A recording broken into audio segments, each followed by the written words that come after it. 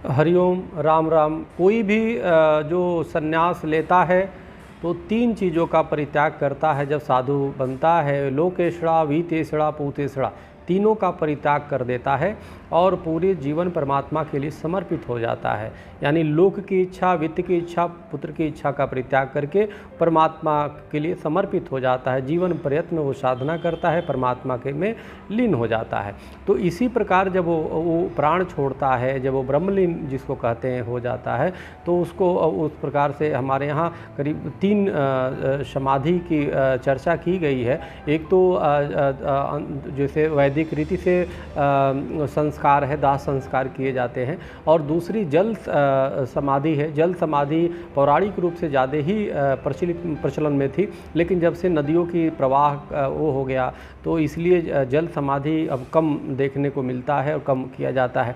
सन्यासी परंपरा में भू समाधि की है, भू समाधि दिए जाने की वो है परंपरा है। तो भू समाधि अपने आप में एक बहुत ही परमात्मा और इष्ट से एक संयोग है, एक मिलने का। इस मुद्रा में बैठाया जाता है, सिद्ध योग मुद्रा में बैठाया जाता है। जो साधक होता है, जो तपस्वी होता है, जो सन्यासी होता है, जो साधु होता है, तो उसको सिद्ध योग मुद्रा में बैठा करके ज़मीन में, और उसके बाद उनकी गुरु पूजा होती है। शिष्य जो भक्त होते हैं गुरु पूजा करते हैं और उनको भू समाधि देते हैं। तो सिद्ध मुद्रा में बैठने से जितनी तपस्या हुआ है, किया है जीवन प्रयत्न, उस योग के माध्यम से वो परमात्मा में वो लीन हो जाते हैं और परमात्मा से एकीकार करते हैं। जो इष्ट है उससे एकीकार करते हैं। तो इसलिए भू समाधि अपने आप में बहुत ही हर साधु, हर सन्यासी के लिए जो है ये परमात्मा में लीन का एक माध्यम है। कि यानी जब हमने लोकेशड़ा, वीतेशड़ा, पूतेशड़ा का परित्याग करके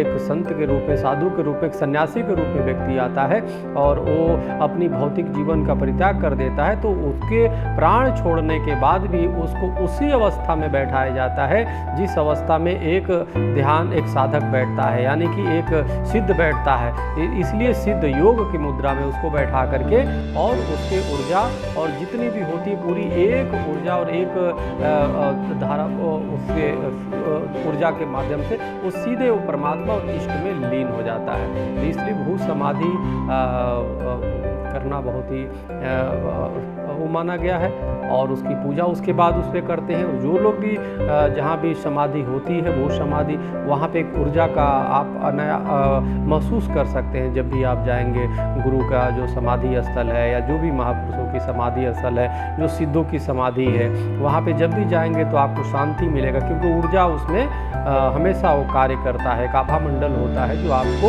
ऊर्जा और एनर्जी देने का काम करता है, आपको एक शक्ति देने का काम करता है। तो इसलिए आज समाधि की हमारे यहाँ परंपरा है।